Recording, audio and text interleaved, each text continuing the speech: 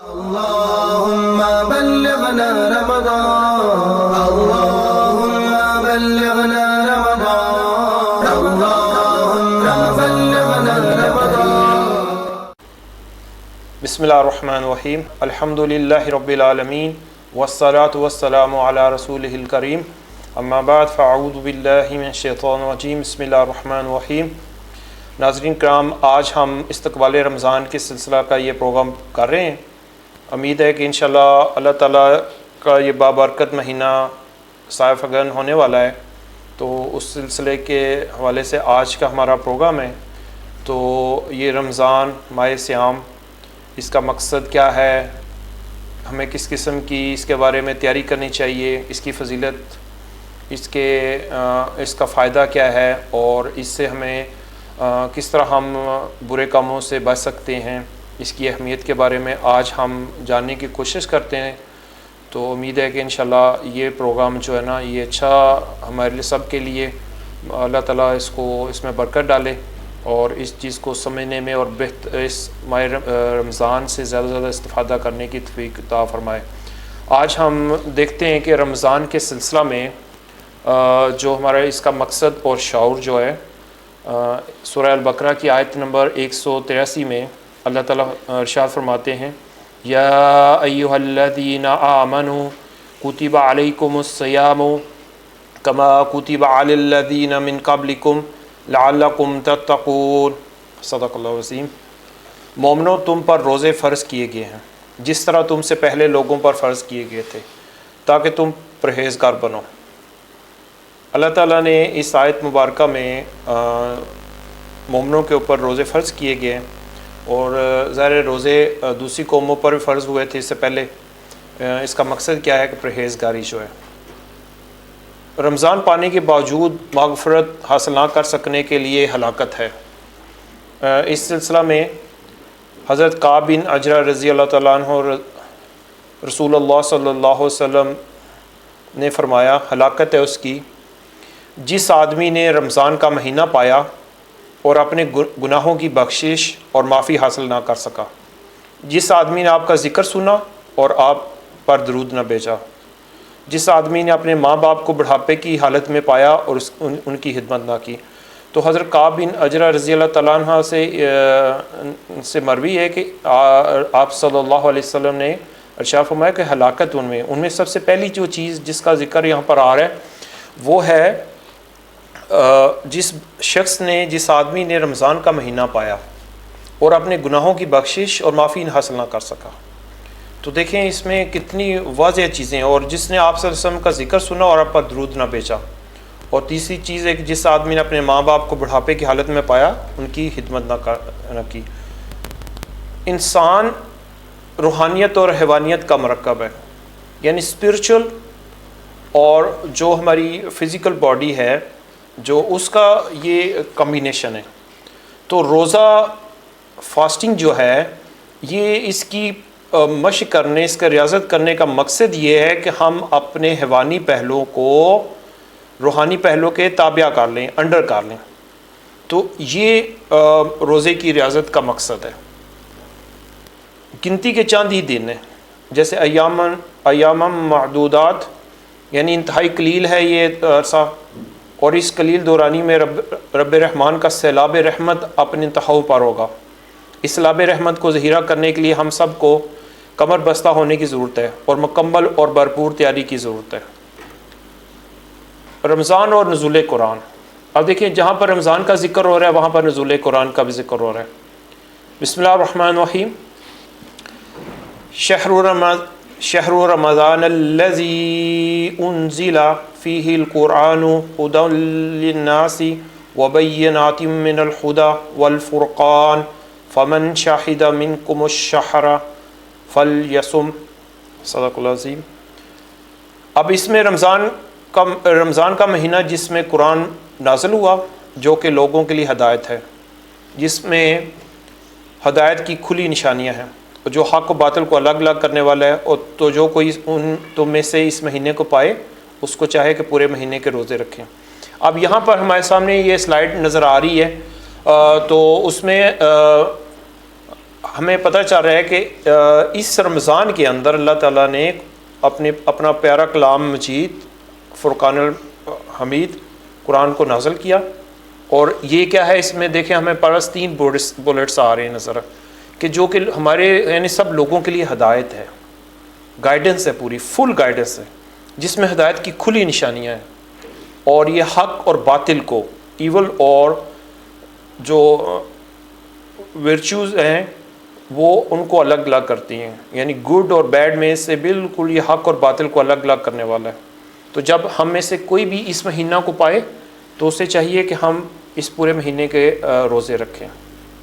اور اس میں رمضان کی فضیلت میں اللہ تعالیٰ نے یہ ایک بہت بڑی ہمیں سعادت دی کہ ہمیں جو ہے نا ایک ایسی رات عطا کی جو کہ 1000 مہینوں سے افضل ہے. پرانی امتوں کے وہ کیا تھی، ان کی لائف بہت زیادہ تھی، ایج بہت زیادہ تھی. تو صحابہ کرام اکثر جو ہے رسول اللہ صلی اللہ علیہ وسلم کے پاس آتے اور اس چیز کے بارے میں اکثر ڈسکشن ہوتی. تو اللہ تعالیٰ نے پھر یہ جو شب قدر عطا فرمائی.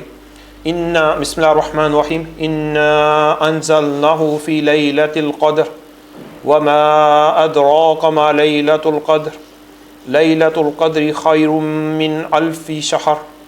صدق اللہ عظیم. یقیناً ہم نے اس قرآن کو شب قدر میں نازل کیا، اور تم کیا جانو کہ شب قدر کیا ہے؟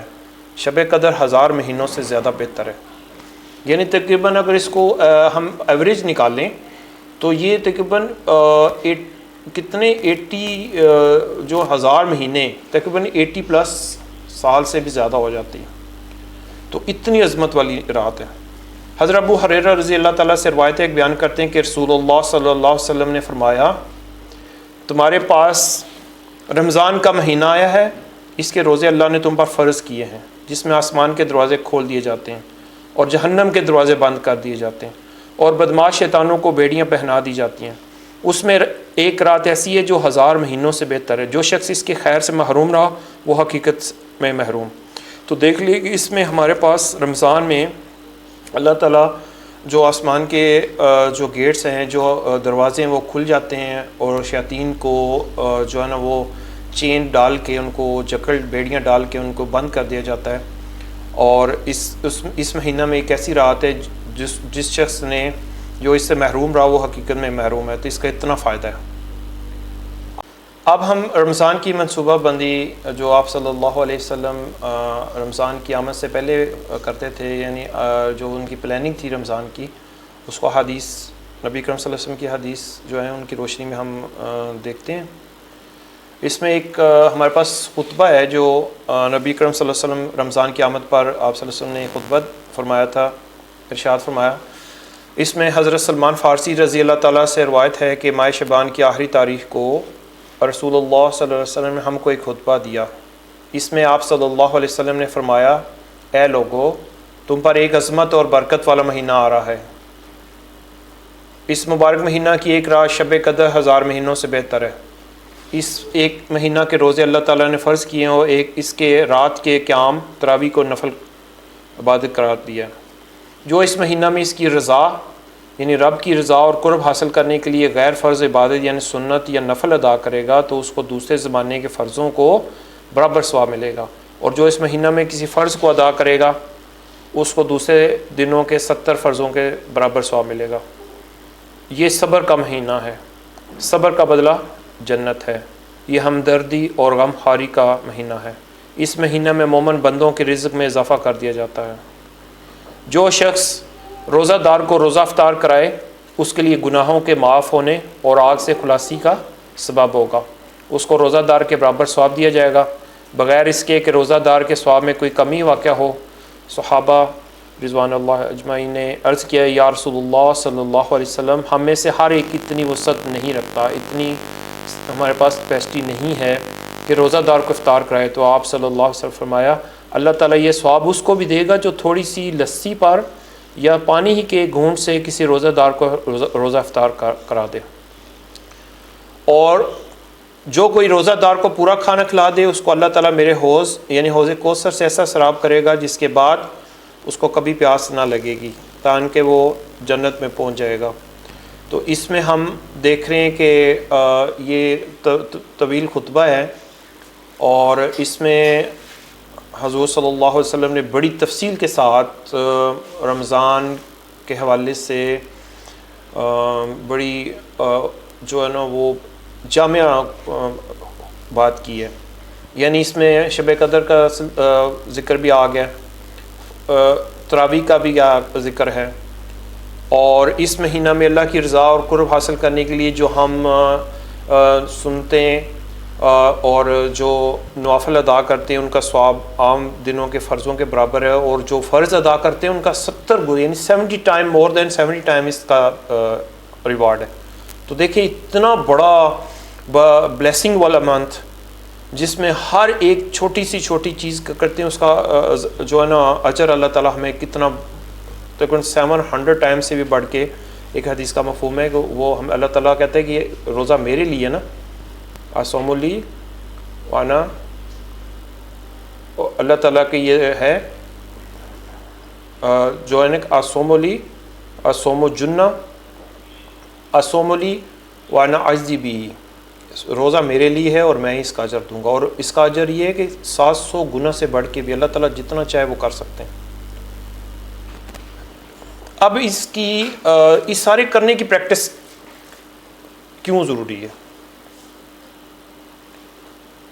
اب روزے کی ریاضت یعنی اس کی جو مشق کی جاتی ہے، تو روزہ ہمیں پھر وہ ایک ہماری ٹریننگ کرتا ہے۔ جیسے ہم ٹریننگ کا ذکر تربیت کا، تربیہ کا بہت عام آج کل یہ ٹرینڈ چل رہا ہے، تربیت، ہر چیز کی تربیت، تو روزہ ہمیں بیسٹ پریکٹس، بیسٹ ٹریننگ، ہماری نورشمنٹ، ڈیولپمنٹ کرتا ہے۔ اس میں ہمیں جو ہماری وشز ہوتی ہیں، ہماری خواہشات ہوتی ہیں، انسان کو خواہشات پر قابو پانے میں مدد دیتا ہے، اور اس کے ساتھ ہمیں مستقل مزاجی اور جفاکشی جو ہمارا ٹیمپرامنٹ ہے اس کو یہ جو ہے نا صحیح مینٹین کرتا ہے۔ ہمارے اندر ٹالرنس، ہمارے اندر برداشت، پیشنس، یہ ہمارے پاس آتی ہے۔ اس کے ساتھ روزہ رکھنے سے روزہ ہماری ایسی تربیت کرتا ہے کہ اس سے ہمیں اللہ پر توکل اور ثابت قدمی کی صفات پیدا کرتا ہے، اور ہمیں پکا سیلف ڈٹرمنیشن، جو ہماری محکم ارادے کی خوبیاں ہیں نا، جو کوالٹیز ہیں وہ پیدا کی جاتی ہیں۔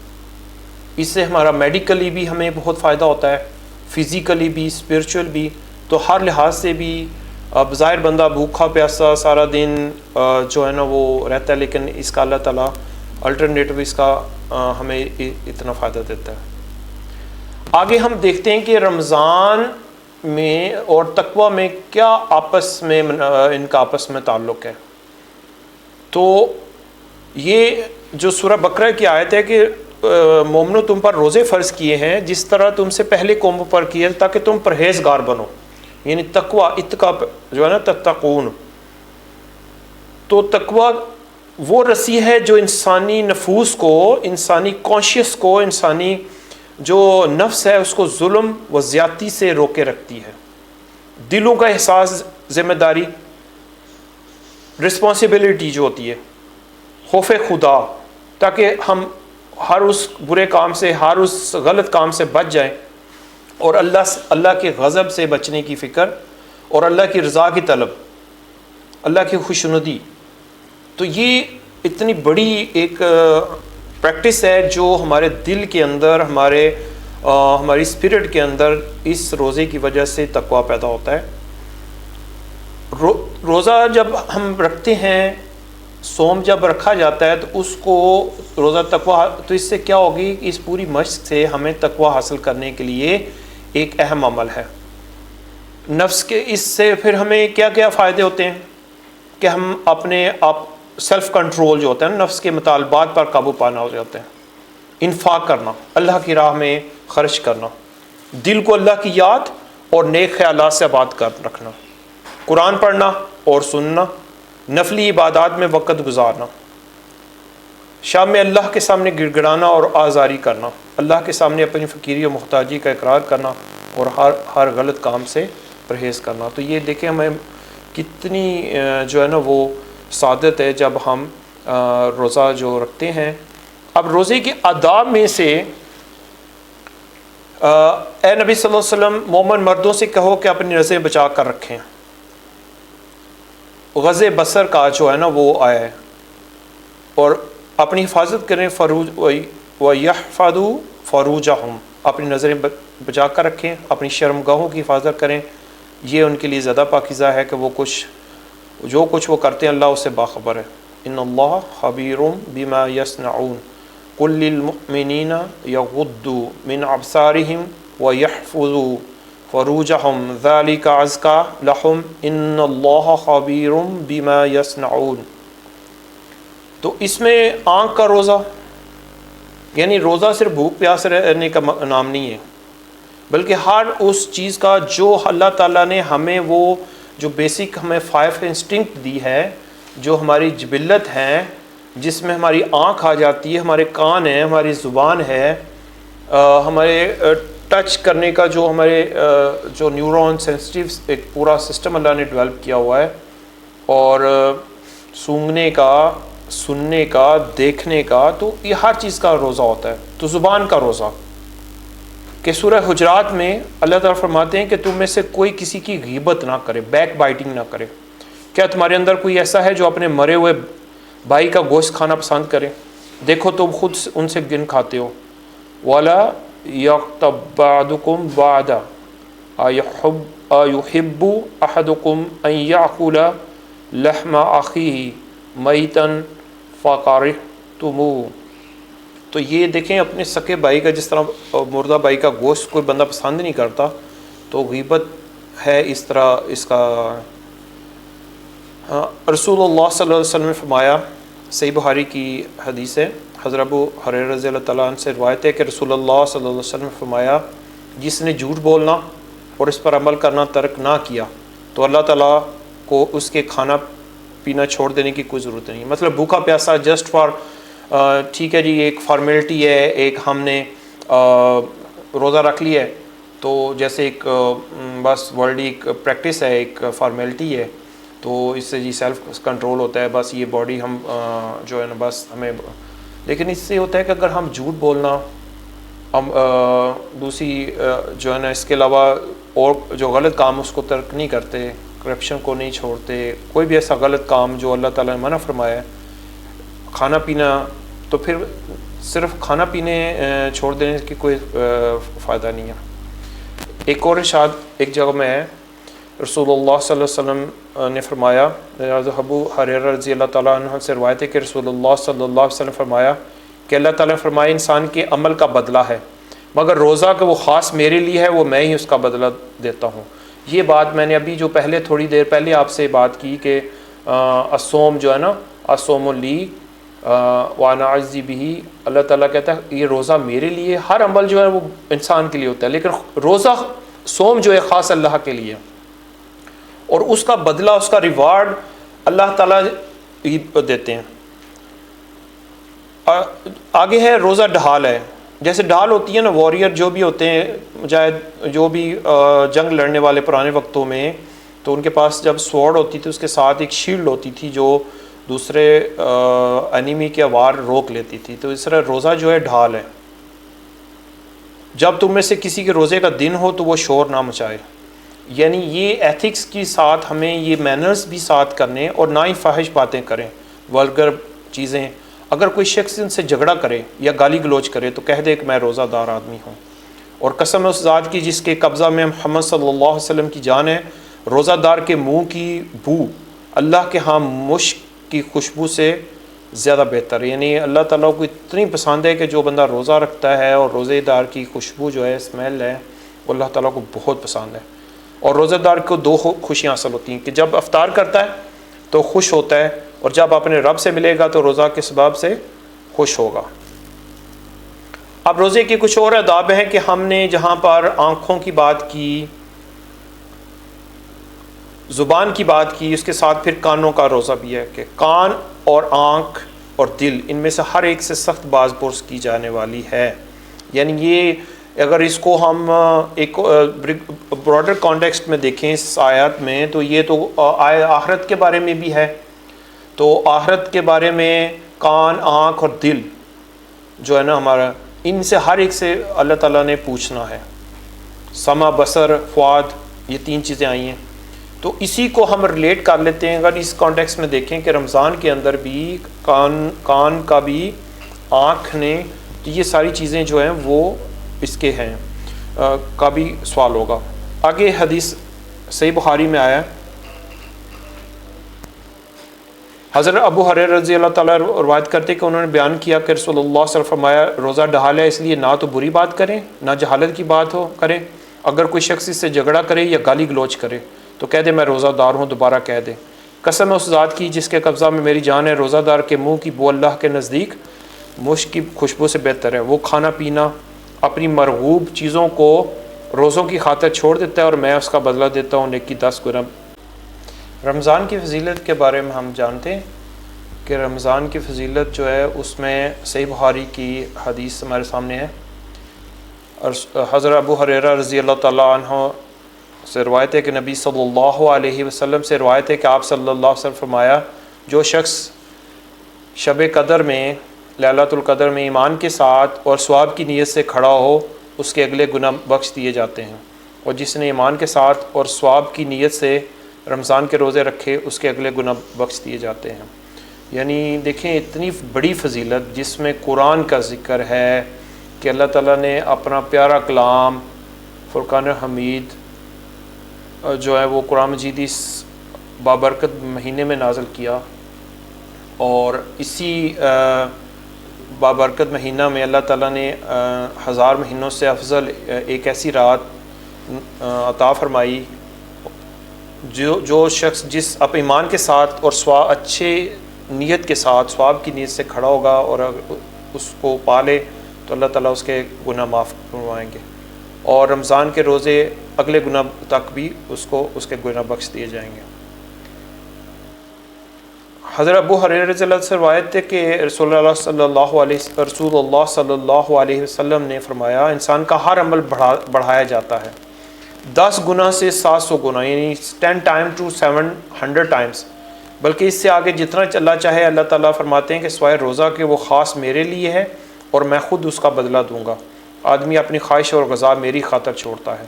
روزہ رکھنے والے کو 2 خوشیاں ہوتی ہیں، ایک افطاری کے وقت، دوسرا اپنے پروردگار سے ملاقات کے وقت. بلا شبہ روزہ دار کے منہ کی بو اللہ کے ہاں مشک کی بو سے زیادہ ہے. اور رسول اللہ صلی اللہ علیہ وسلم فرمایا کہ جب رمضان آتا ہے تو اس کی پہلی رات کو شیاطین اور سرکش جنوں کو زنجیروں سے جکڑ دیا جاتا ہے، چین پہنا جاتی ہے، ان کو پکڑ بند کر دیا جاتا ہے، دوزخ کے دروازے بند ہو جاتے ہیں اور پھر اس کا کوئی دروازہ نہیں کھلتا، اور جنت کے دروازے کھول دیے جاتے ہیں، اس کا کوئی دروازہ بند نہیں کیا جاتا. اور پکارنے والا پکارتا ہے، اے خیر کے طلبگار آگے بڑھ، اے شر کے طلبگار ٹھہر جا. اللہ کی طرف سے بندے آگ سے آزاد کر دیے جاتے ہیں، ہر معاملہ ہر رات جاری رہتا ہے. یعنی پکارنے والا، اللہ نے ایک بندہ ایک اپنا خاص اپنی مخلوق میں سے اس کو پوائنٹ کیا ہوتا ہے کہ وہ ہر روز رمضان کے رات کو ہر روز جو ہیں وہ پکارتے ہیں کہ خیر کے لیے، بھلائی کے لیے آگے بڑھیں، اور جو برائی کے کاموں سے ٹھہر جاؤ، رک جاؤ، سٹاپ کرو. اور اللہ کے بندوں کو آگ سے آزاد کیا جاتا ہے، ہر رات یہ معاملہ رہتا ہے. اب ہم دیکھتے ہیں کہ رمضان کی فضیلت اور رمضان سے جو ہمارے اندر جو تقویٰ پیدا ہوتا ہے، تو اس کے ساتھ ایک اور بڑی امپورٹنٹ چیز کہ رمضان اور انفاق جو ہے اس کا آپس میں کیا ریلیشن ہے. حضرت ابو ہریرہ رضی اللہ تعالیٰ بیان کرتے ہیں کہ رسول اللہ صلی اللہ علیہ وسلم نے فرمایا، ہر چیز کی زکوٰۃ ہے اور جسم کی زکوٰۃ روزہ ہے. ابن ماجہ کی روایت یہ مفہوم ہے حدیث کا، یعنی ہر چیز کی زکوٰۃ ہے اور جسم کی زکوٰۃ روزہ ہے. عبید اللہ بن عبداللہ بن عتبہ ابن عباس سے روایت کرتے ہیں کہ نبی صلی اللہ علیہ وسلم نفع پہنچانے میں لوگوں میں سب سے زیادہ سخی تھے، جینرس. اور جبرائیل علیہ السلام آپ صلی اللہ علیہ وسلم سے رمضان میں جب ملتے تو اور بھی سخی ہو جاتے. اور جبرائیل علیہ السلام آپ صلی اللہ علیہ وسلم سے رمضان میں ہر ایک رات میں ملتے تھے، یہاں تک کہ رمضان گزر جاتا. جبرائیل علیہ السلام آپ صلی اللہ علیہ وسلم کے سامنے قرآن پڑھتے تھے. جب جبرائیل علیہ السلام آپ صلی اللہ علیہ وسلم سے ملتے تو چلتی ہوا سے بھی زیادہ آپ سخی ہو جاتے. تو دیکھیں رمضان کے اندر حضرت جبرائیل علیہ السلام سے یہ جو حدیث اتنی ڈیٹیل حدیث ہے کہ حضرت جبرائیل علیہ السلام ہر رات جو ہے وہ آپ صلی اللہ علیہ وسلم سے ملاقات ہوتی اور آپ صلی اللہ علیہ وسلم کے سامنے قرآن پڑھتے اور آپ صلی اللہ علیہ وسلم سے دورہ کرتے قرآن کا. تو آپ صلی اللہ علیہ وسلم اتنے زیادہ سخاوت جنروسٹی آپ صلی اللہ علیہ وسلم کے اندر اور زیادہ بڑھ جاتی اس میں. اب ہم دیکھتے ہیں اس کو مزید کہ سخاوت جنروسٹی رسول اللہ صلی اللہ علیہ وسلم نے سب سے زیادہ سخاوت کرنے والے تھے. سب سے زیادہ آپ رمضان میں سخاوت فرماتے. یعنی یہ ایسی کوالٹیز ہیں کہ اگر ہم آج اپنی تدریسی دنیا میں ٹیچنگ اور لرننگ میں انٹرنیشنل لیول پر جہاں پر ہم مورل ایجوکیشن کی بات کرتے ہیں تو 24 ایسی خوبیاں کوالٹیز ہیں ہیومنس کے اندر. ان میں سے ایک بہت امپورٹنٹ یہ سخاوت ہے, جنروسٹی ہے. یہ لائف سکلز جو ہے تو ہمیں اپنے آقا صلی اللہ علیہ وسلم کی زندگی مبارک میں اور خاص کر رمضان کے اندر آپ صلی اللہ علیہ وسلم بہت زیادہ سخاوت کرتے تھے. جب آپ کی ملاقات جبرائیل علیہ السلام سے ہوتی, آپ رمضان میں ہر رات جبرائیل علیہ السلام سے ملاقات فرماتے اور قرآن کا مذاکرہ ہوتا اور نبی صلی اللہ علیہ وسلم باد سر نے ہوا سے بھی زیادہ جو ہے نا وہ سخی تھے. تو اس یہ جو ہمارے پاس آگے سخاوت کے بارے میں ایک آیات ہیں, ایک آیت ہمارے پاس موجود ہے. اس کا ترجمہ یہ ہے کہ جو لوگ اپنے مال اللہ کی راہ میں صرف کرتے ہیں ان کے خرچ کی مثال ایسی ہے جیسے ایک دانہ بویا جائے, اس سے 7 بالیں نکلیں اور ہر بالی میں 100 دانے. اسی طرح اللہ تعالیٰ جن کے عمل کو چاہتا ہے افزونی عطا فرماتا ہے اور فراغ دست بھی اور علیم بھی. یعنی مثل الذین ینفقون انفاق سے ہے, اموالہم اپنے مالوں میں سے, فی سبیل اللہ کماسا. یعنی عربی کے الفاظ کافی جو ہیں اردو کے ساتھ وہ ملتے جلتے ہیں. مثل سے ہے, اگزامپل سے ہے, حبۃ انبتت 7 سنابلا. جیسے آج کل گندم کا سیزن ہے, ویٹ کی آج کل ابھی وہ تقریباً پک چکی ہے, اس کی جو بالیاں ہیں تو اسی سے ملتی جلتی ہے کہ ایک دانہ بویا جائے اور اس سے 7 جو ہے نا وہ بالیں نکلے اور ہر بالی میں 100 دانے ہوں, 100 سیڈز ہوں. تو اللہ تعالیٰ دیکھیں کیسے زبردست جو اللہ کے راستے میں خرچ کرتے ہیں تو اس کا کتنا ریوارڈ ہے, اس کو بڑھا دیتے ہیں. زکوٰۃ اور خیرات, وَأَقِیمُوا الصَّلَاةَ وَآتُوا الزَّکَاةَ وَأَقْرِضُوا اللَّهَ قَرْضًا حَسَنًا. یعنی نماز قائم کرو اور زکوٰۃ دو اور اللہ کو اچھا قرض دیتے رہو. یعنی اللہ کو کون سا قرض چاہیے؟ جو کچھ بلائی تم اپنی آگے بھیجو گے اللہ اسے اللہ کے ہاں موجود پاؤ گے, وہی زیادہ بہتر ہے, اس کا اجر بہت بڑا ہے. اللہ سے معافرت مانگتے رہو, بے شک اللہ بڑا غفور الرحیم ہے. یعنی اس میں واستغفر اللہ بھی ہے, ان اللہ غفور الرحیم بھی ہے. اس آیات میں دیکھیں ہمیں نماز کا ذکر جہاں پر ہے, پھر زکوٰۃ کا ہے, اور اقرض اللہ قرضاً حسنا قرض حسنا کی بات ہو رہی ہے.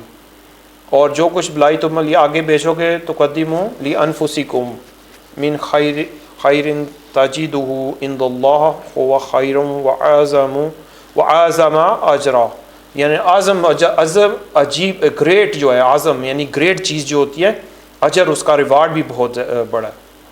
تو رمضان اور تلاوت, آج کا جو سیشن ہے, آج کا جو درس ہے, اس کا ہم جو ہے نا وہ اینڈنگ کے اوپر پہنچ رہے ہیں. تو ہم جب تک تلاوت قرآن کا ذکر نہ ہو تو ہماری گفتگو کمپلیٹ نہیں رہے گی.